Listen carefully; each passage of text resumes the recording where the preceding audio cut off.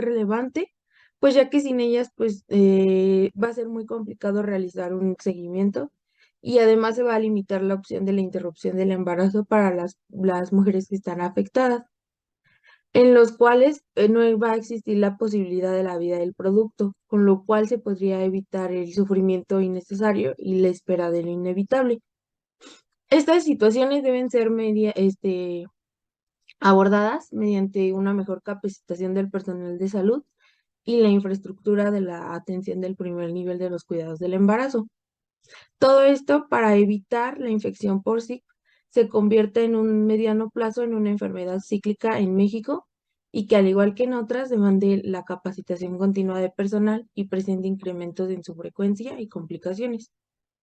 La infección por SIC durante el embarazo debe sospecharse y diagnosticarse oportunamente, tanto en zonas endémicas como en las zonas no endémicas, y debido a la alta posibilidad de infección en mujeres embarazadas que se desplazan, aunque sea de manera transitoria durante la gestación.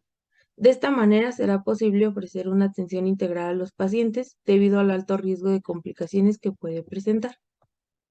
Siguiente, por favor. Bueno, bueno, ya iniciando el tema con este caso clínico, vamos a hablar de aborto, de los tres tipos: espontáneo, recurrente e inducido. Siguiente, por favor.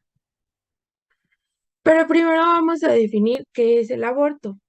En el libro nos dice que la palabra aborto va a provenir del latín aboriri, que es abortar. Y de acuerdo con la New Oxford Dictionary, el aborto va a ser el nacimiento prematuro antes de que sea posible vivir. También significa la terminación inducida del embarazo para destruir el feto. Siguiente, por favor. Um, Pero la OMS nos va a decir como definición que el aborto va a ser la terminación espontánea o provocada de la gestación antes de la 20ª semana, contando desde el primer día de la última menstruación normal o expulsión del producto de la gestación con un peso menor a 500 gramos. Siguiente. Ok. Primero, el aborto espontáneo, y según la FIGO lo va a definir como la interrupción del embarazo en forma espontánea, sin el empleo de medicamentos o intervención quirúrgica, después de la implantación y antes de que el producto de la concepción sea viable de manera independiente. Siguiente, por favor. Más del 80% de los abortos espontáneos se van a producir en las primeras 2 semanas y cuando menos el 50% va a tener alguna anomalía cromosómica. Asimismo, va a parecer tener una proporción entre varones a mujeres de 1 a 5, y esto va a ser en abortos del primer trimestre. Después del primer trimestre va a disminuir el índice de abortos como el de la frecuencia de anomalías cromosómicas. El aborto del primer trimestre va a suele acompañarse de hemorragia en la decidual basal con necrosis del tejido adyacente. Y como, bueno, podemos observar en la tablita, el 55% se va a abortar en el primer trimestre, el 35% en el segundo trimestre, y ya un 5% va a disminuir, bueno, va a disminuir muchísimo para ya el tercer trimestre. La que sigue, por favor. El óvulo se va a desprender, lo que estimula una serie de contracciones uterinas que van a provocar la expulsión, perdón. Cuando el saco gestacional se abre, a menudo se va a observar un líquido que va a rodear a un feto pequeño y macerado, o muchas veces no hay feto. Cuando no hay feto, lo vamos a denominar embarazo anembriónico. Como podemos ver en la imagen, pues no tenemos nada. Siguiente, por favor. Va a haber diferentes, bueno, factores fetales. Los abortos espontáneos del primer trimestre suelen exhibir algunas anomalías embrionarias del cigoto, embrión feto o en ocasiones de la placenta. En un 50 a 60% de los embriones y fetos expulsados de manera espontánea va a existir alguna anomalía cromosómica. Y la frecuencia de los errores cromosómicos va a disminuir a medida que va a avanzar el embarazo. se van a observar que el 33% de los abortos del segundo trimestre, pero en los en el 5% de los abortos del tercer trimestre, se llegan a observar estas anomalías.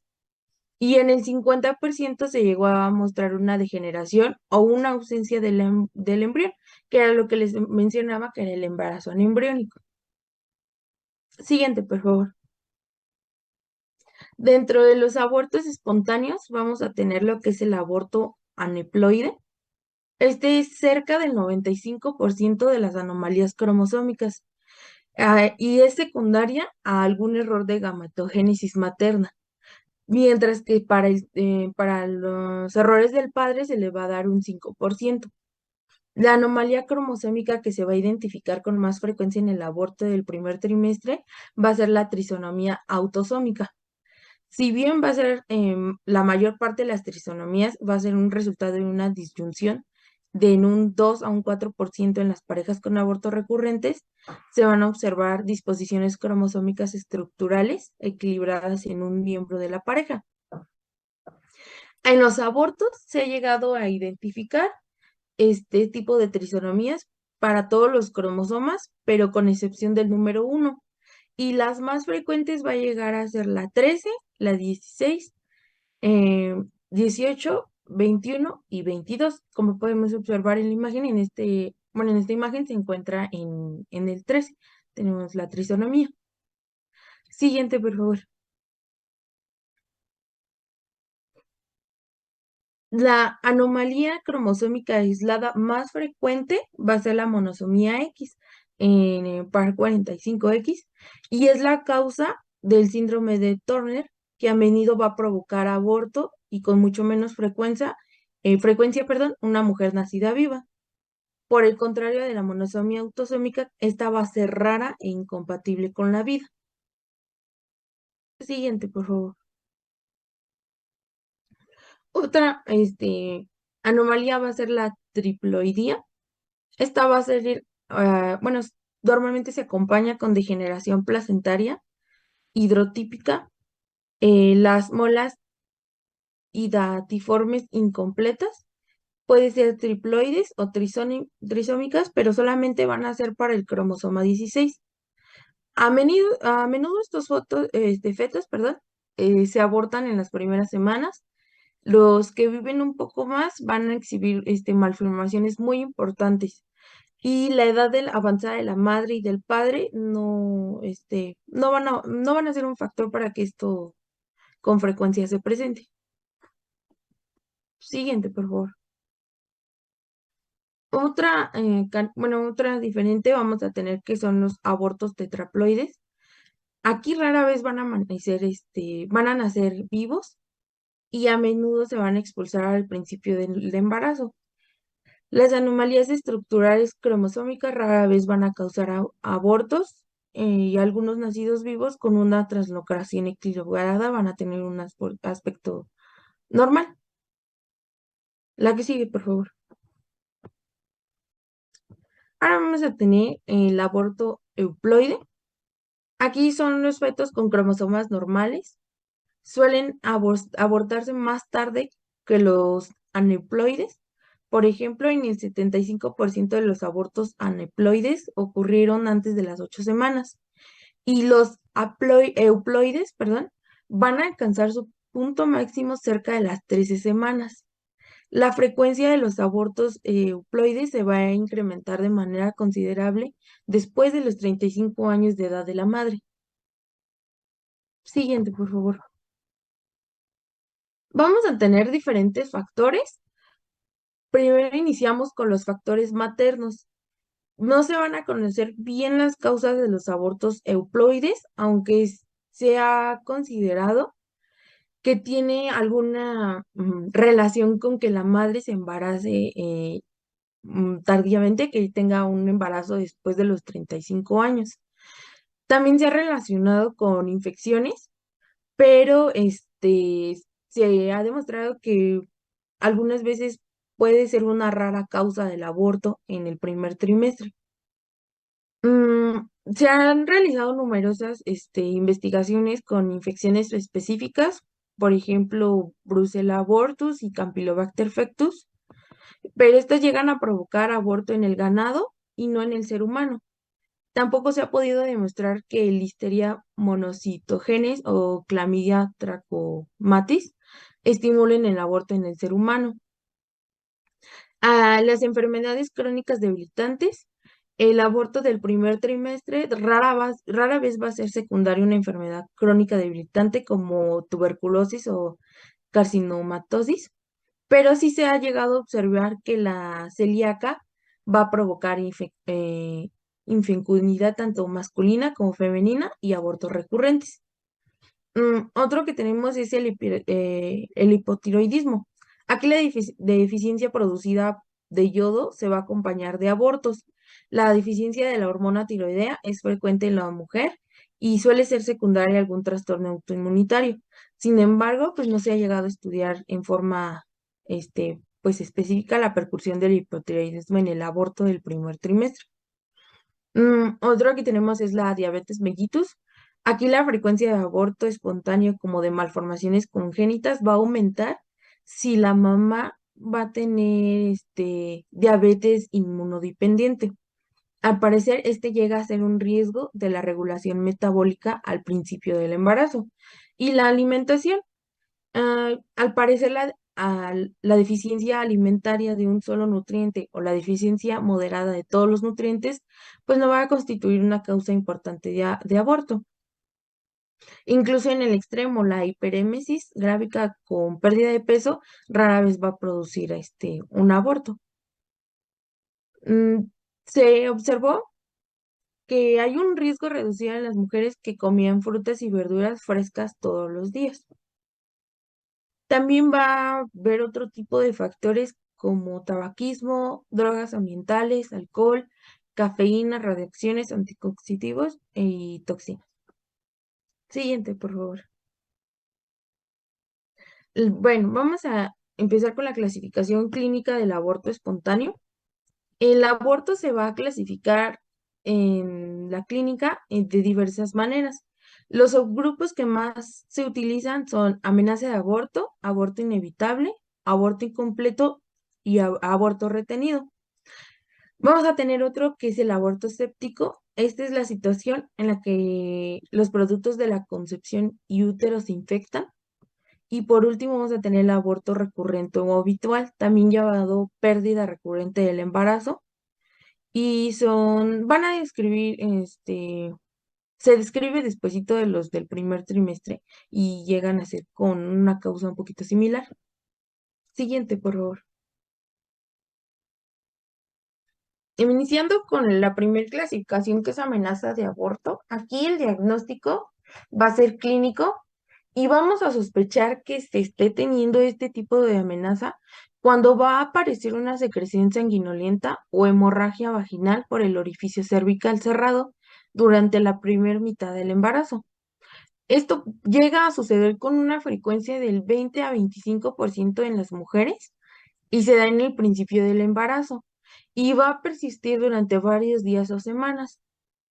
Cerca del 50% de estos embarazos sí se llegan a abortar, aunque el riesgo va a ser mucho menor cuando se observa actividad cardíaca fetal. Siguiente, por favor. Aquí el factor de predicción más importante es la hemorragia durante el embarazo, incluso cuando después de una hemorragia el producto no se aborta. Una causa fisiológica de la hemorragia es la que ocurre cerca del momento de la fecha probable de menstruación, que muchas veces, bueno, se confunde y pues esta no llega a ser la menstruación, sino llega a ser la hemorragia de implantación. Las lesiones del cuello sangran con frecuencia al principio del embarazo, en especial después del coito. Los pólipos, perdón, cervicales y las reacciones visuales también tienden a sangrar al principio del embarazo. La hemorragia por estos orígenes benignos no se acompaña de dolor en ninguno de los cuadrantes inferiores del abdomen ni lumbalgia.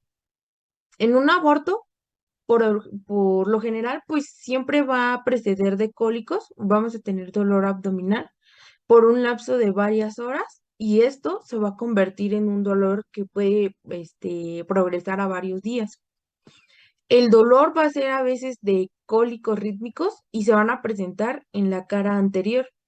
Y otras veces bueno, se va a presentar como dolores tipo de lumbalgia y estas van a ser acompañadas por una sensación opresiva pélvica y otras va a ser, bueno, otras veces se refiere como una molestia suprapúbica de la línea media. Cualquiera que sea de las características que les mencioné y combinado con una hemorragia y que este dolor haya sido persistente, pues va a ser un signo de mal pronóstico para continuar con el embarazo. Siguiente, por favor. Tanto en el embarazo ectópico como en la torsión ovárica y los demás tipos de aborto van a simular en ocasiones una amenaza de aborto, por lo que va a ser muy importante examinar siempre, siempre a las mujeres que nos refieran con hemorragia y con un dolor, y este dolor pues debe ser al principio del embarazo. Cuando la hemorragia es persistente o abundante, también se le va a solicitar un hematocrito. Y en caso de encontrar anemia o hipovolemia considerables, está indicado interrumpir el embarazo. La imagen que está arriba rosita, esa es una torsión ovárica. Y la de abajo es un embarazo ectópico. Siguiente, por favor. Para el tratamiento de esto, no hay un tratamiento eficaz para la amenaza de aborto. Muchas veces se recomienda el reposo absoluto, el reposo en cama, aunque a menudo pues se llega a prescribir, no va a modificar su evolución. Algunos llegan a prescribir analgésicos con paracetamol y esto es para reducir las molestias. Y por lo general se va a analizar este caso en conjunto con una ecografía transvaginal. Mm, también la gonadotropina coriónica humana cuantitativa sérica y la progesterona sérica. Esto es para establecer si el feto vive y se encuentra dentro del útero. Su exactitud pues no va a ser del 100% para confirmar su muerte fetal, por lo que algunas veces se deberá repetir estos últimos. Siguiente. Eh, Igual del el segundo de la clasificación tenemos el aborto inevitable. Este es la ruptura de las membranas. Se va a acompañar de de salida de líquido amniótico en presencia de dilatación del cuello uterino.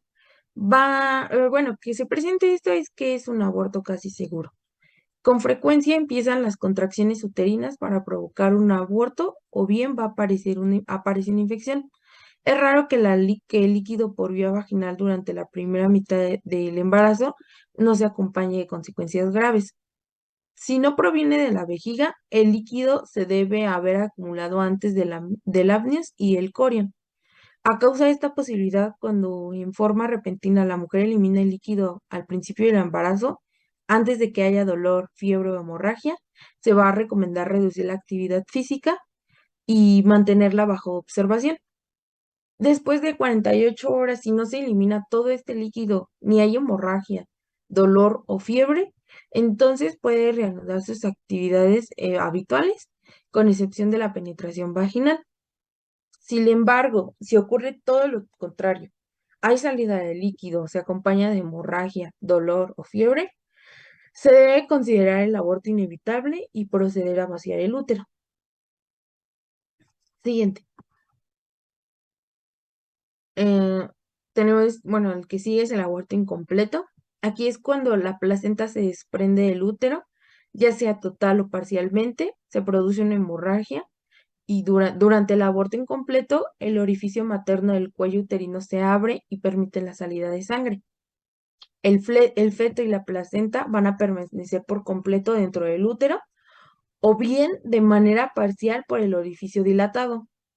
Antes de las 10 semanas, el feto y la placenta suelen expulsarse juntos, pero posterior a estas 10 semanas lo van a hacer por separado. En algunas mujeres va a ser necesario hacer una dilatación del cuello para realizar un legrado. Y en muchos casos el tejido placentario solo yace en el conducto cervical y pues va a ser fácil extraerlo por el orificio externo con una pinza de anillos. Luego, bueno, también podemos tener el legrado por succión y este permite evacuar con eficacia el útero. En las mujeres, mm, estable en términos cíclicos, va a ser una opción razonable un aborto incompleto y si la hemorragia de un aborto incompleto de un embarazo más avanzado, pues en ocasiones es grave, pero muchas veces, pero rara vez es letal. Por lo tanto, en una mujer con un embarazo más avanzado y con hemorragia abundante, se va a proceder a la evacuación inmediata. Y más si se refiere fiebre, pues en este caso se le va a administrar antibióticos antes del legrado. Siguiente, por favor. El aborto retenido o retención fetal. En la actualidad va a ser poco preciso un término de este tipo porque fue definido hace muchos años y se utilizaba para describir a los productos muertos de la concepción que se retenían durante varios días, semanas o incluso meses dentro del útero. El útero va a estar con un orificio cerrado y puesto a que los abortos espontáneos casi siempre son precedidos de la muerte embriofetal, la mayor parte se domina de manera correcta retenido. En el caso típico, al principio del embarazo es aparentemente normal, con amenorrea, náuseas y vómitos. Va a haber cambios mamarios y crecimiento uterino. Después de la muerte del embrión, no siempre aparece hemorragia vaginal u otros síntomas de amenaza de aborto.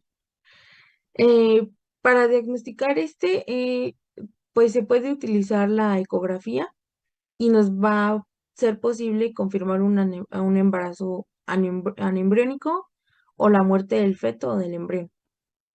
Muchas mujeres van a elegir terminar su embarazo por métodos médicos o quirúrgicos en el momento del diagnóstico. Siguiente, por favor. El aborto séptico mm, es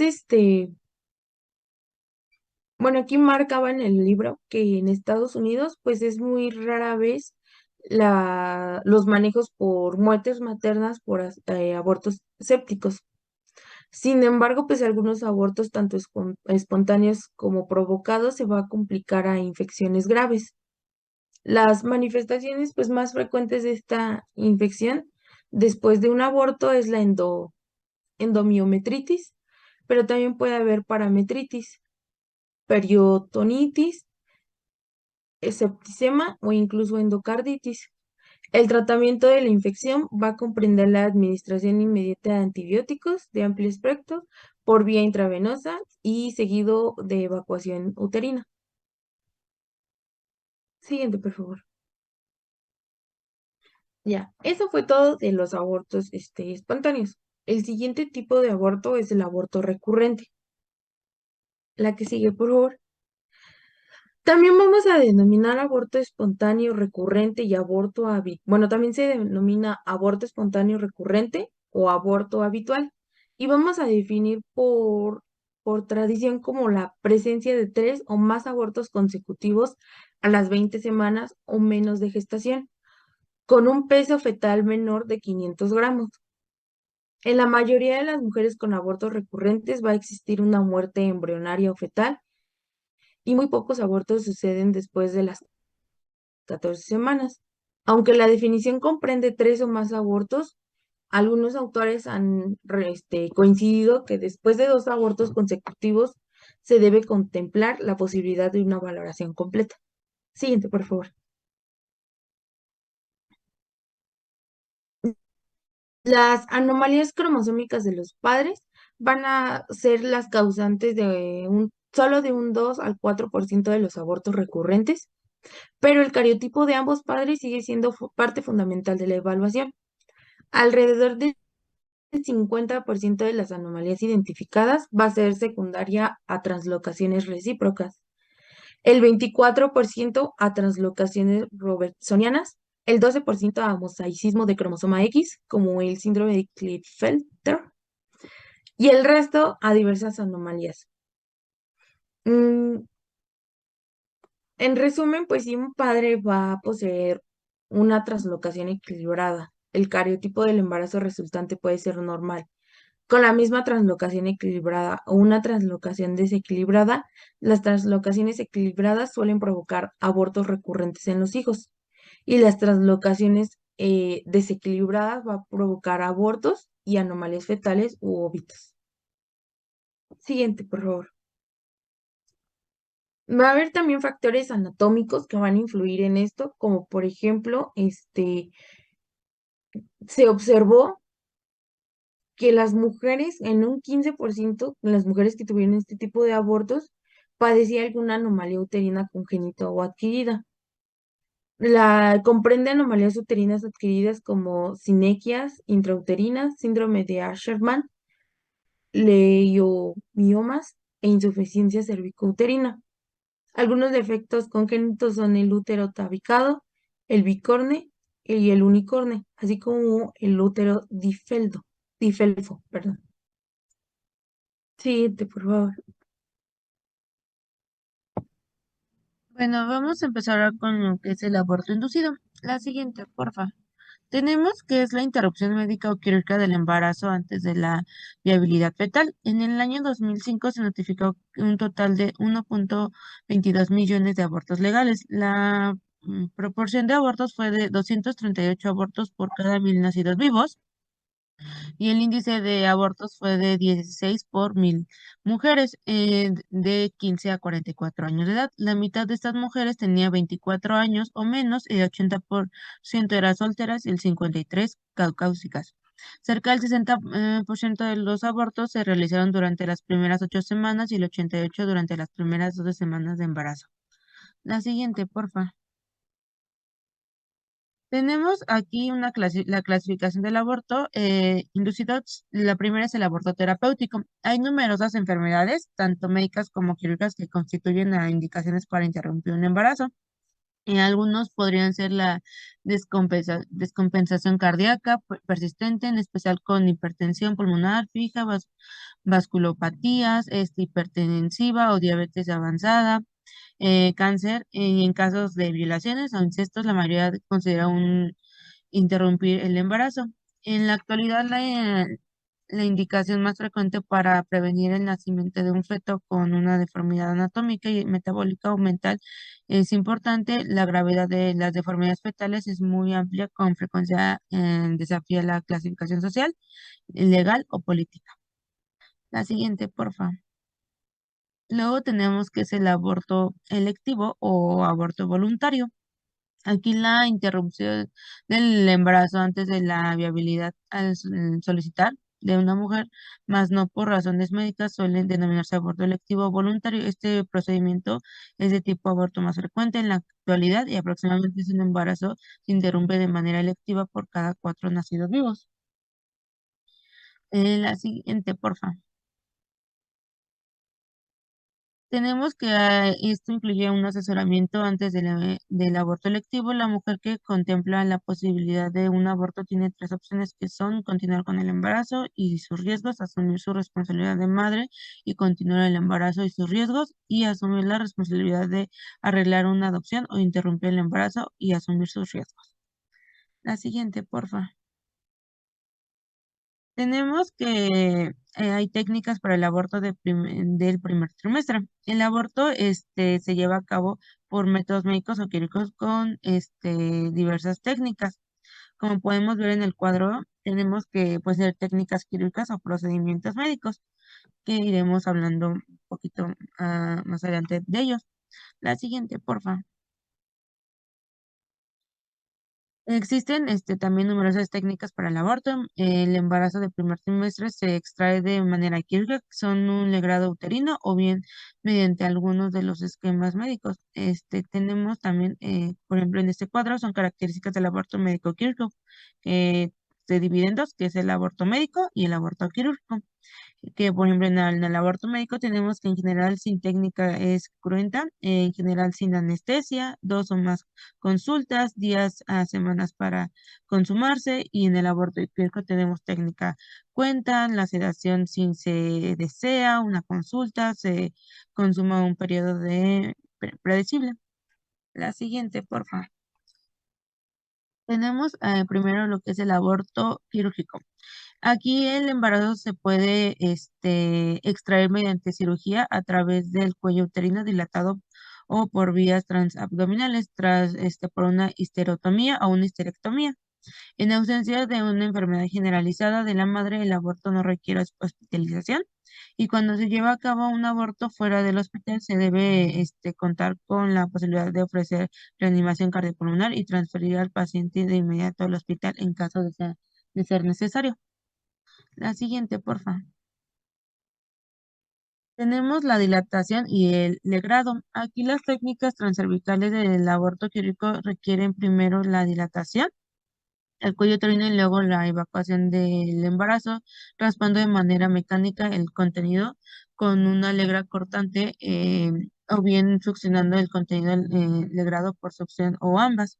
La aspiración es un método que se utiliza con más frecuencia para el legrado y se emplea una cánula rígida unida a una aspiradora. Otro método de aspiración manual en la que se recurre es la cánula similar, que se une a una jeringa que hace las veces de aspirado.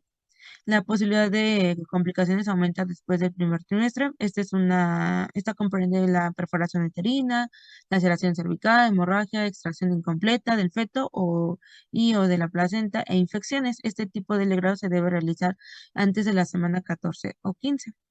La siguiente, por favor. Tenemos la dilatación y la evacuación. A partir de las 16 semanas, el tamaño del feto y su estructura obligan a utilizar esta técnica. Antes de la destrucción mecánica y la evacuación de las partes fetales, se debe dilatar en forma amplia el cuello uterino por medio de dilatadores de metal o de higroscópicos. Una vez que se extrae el feto, se utiliza una legra con aspiración para extraer la placenta y el tejido restante. La siguiente, por favor. Tenemos dilatación y extracción. Aquí esta técnica es similar a la dilatación y evacuación, con excepción de que la evacuación por succión del contenido intracraneal después de extraer el cuerpo del feto por el cuello uterino dilatado ayuda a la extracción y reduce el mínimo de lesiones cervicouterinas por instrumentos o huesos fetales. Este se tiene que, es un procedimiento de parto que debe ser en la semana 20. Y la siguiente, porfa. Tenemos los dilatadores higroscópicos. En esto es en el traumatismo generado por la dilatación mecánica se puede reducir con dispositivos que dilatan en forma lenta o el cuello uterino. Estos dispositivos se llaman dilatadores higroscópicos, atraen agua de los tejidos cervicales y se expanden, lo que dilata de manera gradual el cuello uterino. Como pueden ver en la imagen de la A, bueno, la imagen es una inserción de la laminaria antes de la dilatación y el legrado. En la imagen A tenemos la laminaria inmediatamente después de su colocación con el extremo superior pasando el orificio interno. En la imagen B, varias horas después, la lámina se ha hinchado y el cuello uterino se encuentra dilatado y reblandecido. Y en la imagen C tenemos la laminaria introducida demasiado en un orificio interno y puede romper las membranas. La siguiente, por favor. También el uso de las prostaglandinas es otra opción en lugar de los dilatadores higroscópicos. Es una aplicación de diversas preparaciones de prostaglandinas en el fondo del saco vaginal posterior para ayudar a la dilatación. La siguiente, por favor.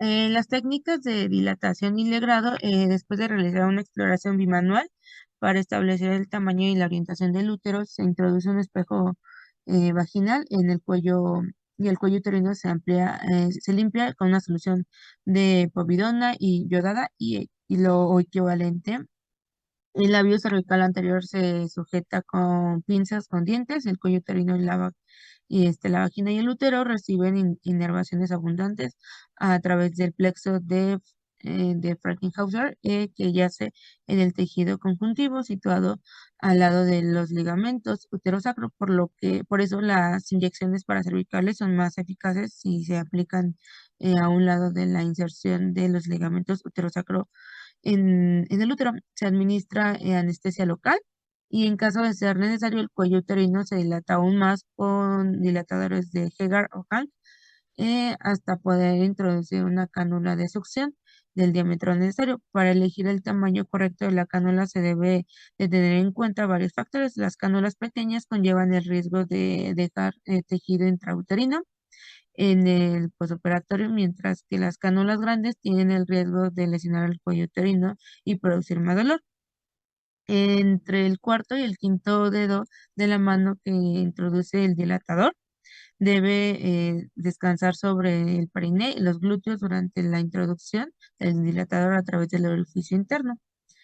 Como podemos ver en la imagen, aquí es una dilatación del cuello uterino con un dilatador de Hegar. Aquí el cuarto y quinto dedo descansa contra el periné y los glúteos a un lado de la vagina. Esta es una maniobra es mediada de seguridad importante porque el cuello uterino se relaja de manera repentina. Los dedos impiden el impulso inesperado del dilatador que causa frecuentemente perforaciones uterinas. La siguiente, por favor. Muy bien. Luego tenemos que con esta técnica se reduce al mínimo la dilatación forzada y se protege al mismo tiempo contra la perforación uterina. La histerómetro permite medir la profundidad e inclinación de la cavidad uterina antes de introducir la cánula y la cánula de succión se dirige hacia el fondo y luego hacia el orificio y se gira de forma circunferencial para cubrir toda la superficie de la cavidad uterina. Y tenemos la siguiente, por favor. Aquí era lo que les comentaba. Aquí la legra de succión se introduce hasta el fondo uterino y luego se extrae hasta el orificio interno durante la inserción y retracción se rota de manera simultánea, 360 grados varias veces. Esto es para extraer el tejido en la que la circunferencia de las paredes uterinas. La siguiente, por favor. Y aquí, cuando ya no se aspira más tejido, se introduce una legra para extraer los fragmentos placentarios o fetales restantes. Como podemos ver en la imagen, se introduce una legra cortante. El instrumento se sostiene con el pulgar y el índice en movimiento ascendente de la legra y solo se utiliza la fuerza de los dos dedos y de algunas complicaciones, pues podemos tener la perforación uterina por una dilatación y un legrado, lesiones intraabdominales, las lesiones intestinales no diagnosticadas como peritonitis graves o septicemia, insuficiencia cervicouterina, coagulopatías y alguna infección endocarditis bacteriana. La siguiente, por favor. Tenemos ahora la aspiración menstrual. Aquí la aspiración de cavidad endometrial concluye en la cánula flexible de Karman de 5 o 6 milímetros, unidad de jeringa. Cuando se lleva a cabo entre una y las 3 semanas después de la fecha última de menstruación, el procedimiento se denomina extracción menstrual o inducido menstrual, menstrual instantánea, aborto traumático o mini aborto. En esta etapa es tan incipiente la gestación, el embarazo en ocasiones se diagnostica en forma incorrecta, el cigoto implantado no es extraído por la legra y el embarazo ectópico se pasa por alto y lo que es infrecuente se perfora el útero. La siguiente, por favor. Tenemos la aspiración manual. Este es un procedimiento de consultorio, es similar a la aspiración menstrual, pero se utiliza en caso de muerte embrionaria o fetal y abortos selectivos hasta las 12 semanas. La hemorragia aumenta de manera considerable entre las 10 y las 12 semanas. Esta es una técnica que se utiliza una jeringa de 60 milímetros y una cánula. La jeringa crea vacío y se fija la cánula, se introduce por la vía transcervical dentro del útero Este tipo de vacío produce hasta 60 miligramos de mercurio de solución, lo que las complicaciones son similares a las de los otros. Es necesario preparar el cuello uterino. La siguiente, porfa. Tenemos por la parotomía. En algunos casos se prefiere recurrir a una histerotomía o una histerectomía abdominal para un aborto en lugar de un legrado o inducción médica.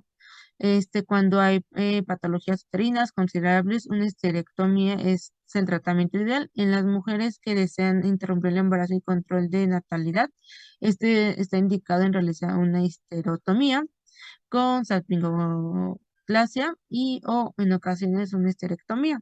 Otras veces la inducción médica fallida durante el segundo trimestre obliga a realizar una histerotomía o una histerectomía. La siguiente, por favor. Tenemos lo que es el aborto médico. En muchos casos, han provocado enfermedades graves o incluso la muerte en lugar del aborto. E inclusive en la actualidad solo se utilizan unos cuantos abortivos de manera eficaz y segura. El aborto médico ambulatorio constituye una alternativa aceptable del aborto quirúrgico en ciertas mujeres con embarazos menores a de 49 días de edad menstrual. Después de esta etapa, la información existe, aunque es menos extensa, demuestra que el aborto quirúrgico es el método preferido y se han estudiado y utilizado tres fármacos para el aborto médico. Es el antiprogestágeno, que es el mifepristona, el antimetabolito, que es el metotrexato, y la prostaglandina, que es el misoprostol.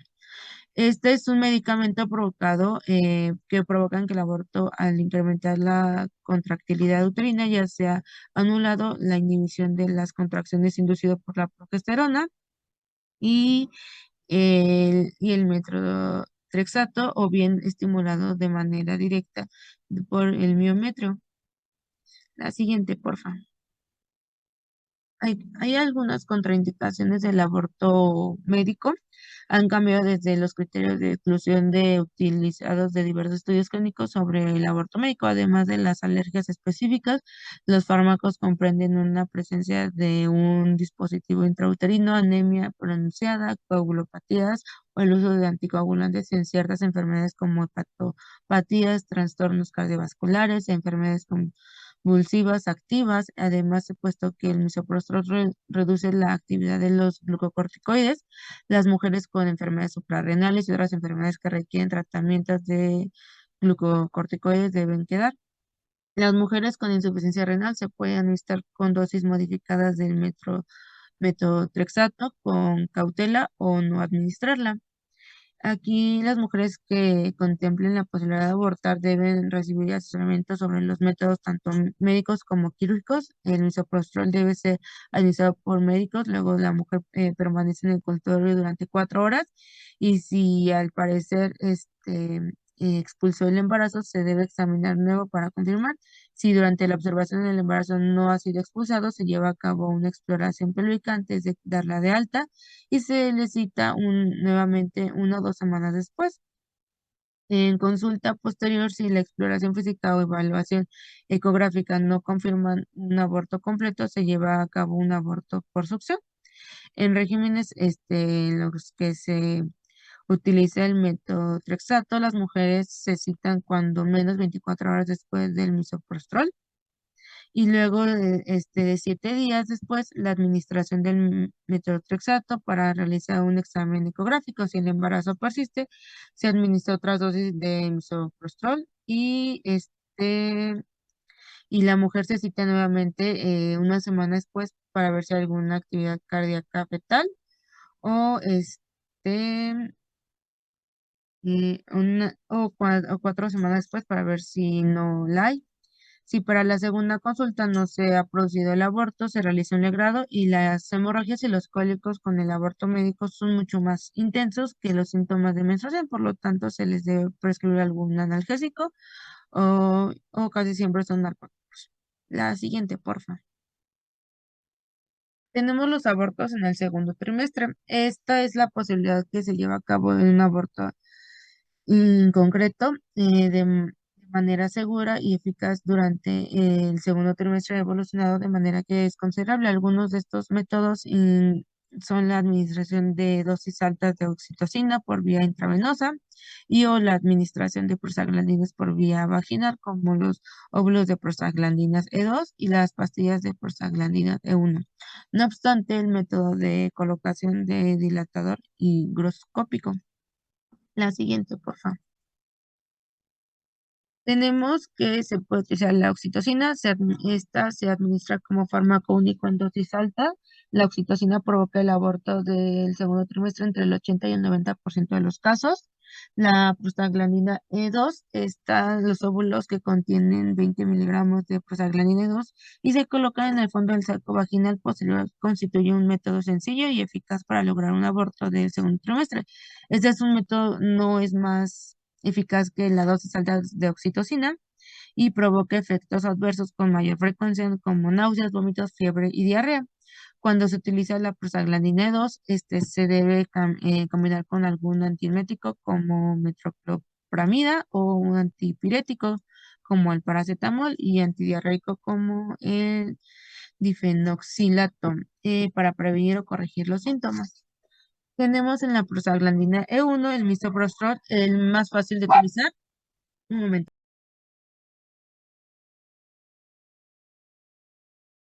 Ya, perdón. El misoprostol es fácil de utilizar y barato para interrumpir el embarazo de segundo trimestre. El aborto es mucho más rápido que la oxitocina concentrada combinada con prostaglandina 2.